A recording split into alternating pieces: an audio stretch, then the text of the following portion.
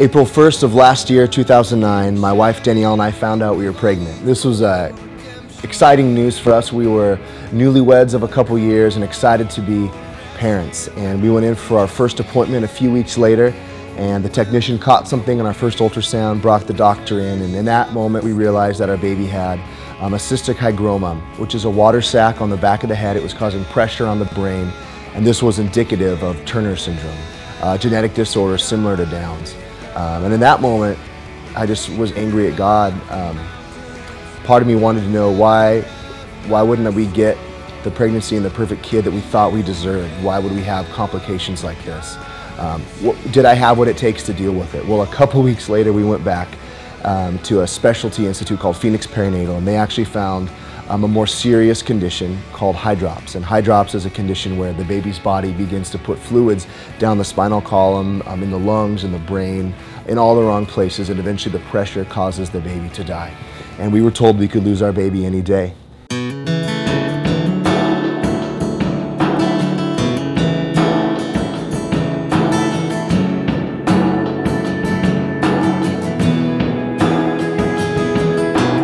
So for 26 weeks, we had to carry that weight that our baby could die any day. Part of me hoped that it would happen early on in the pregnancy before the baby really developed and we wouldn't have to go into the hospital for a birth. But that's not what was in store. We ended up going 26 weeks, and we gave a stillbirth to our daughter, Michaela Grace, on August 26th, the day after my birthday. And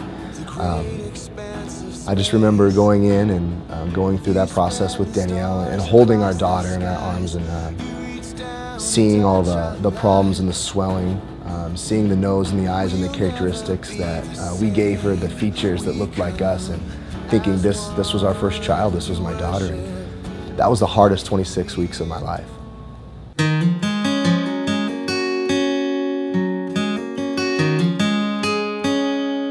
During those 26 weeks, I really began to question my faith. You know, I had an incredible amount of anger at God. I was scared of the future. I really didn't know that I would have what it takes to get my family through this situation. And the truth is, I didn't. I wasn't enough. My safety nets, my skills, my talents, my savings accounts, all the things that had provided for me before offered no solace in this situation. And I came to God saying, I am not enough, and I'm scared, and I'm alone. And I really began to question, was my faith in God contingent upon Him giving me what I wanted? Was I only faithful when my life was great? Or did I seek God because He was worthy to be sought? And I honestly didn't know the answer to that. So I began praying and meditating and openly seeking God's heart. I was at the end of my rope, and so I had no other options.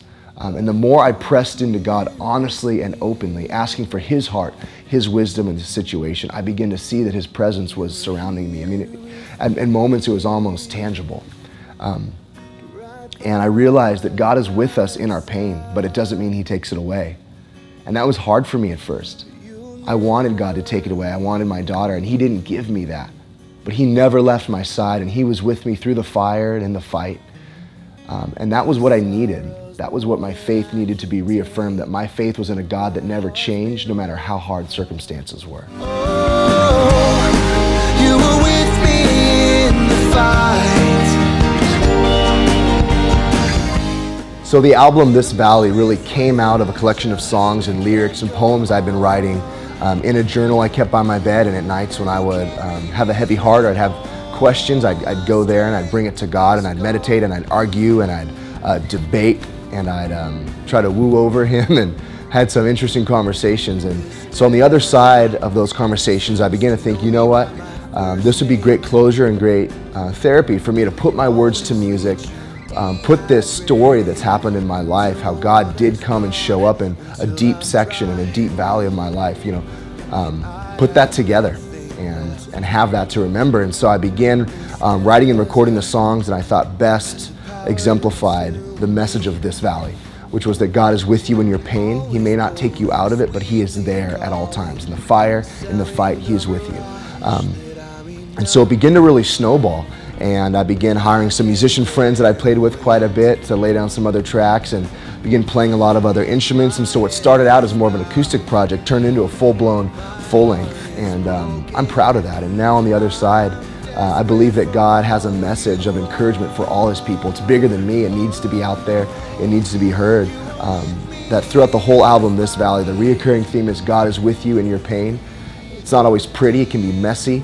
Doesn't mean you get what you want, but He is with you.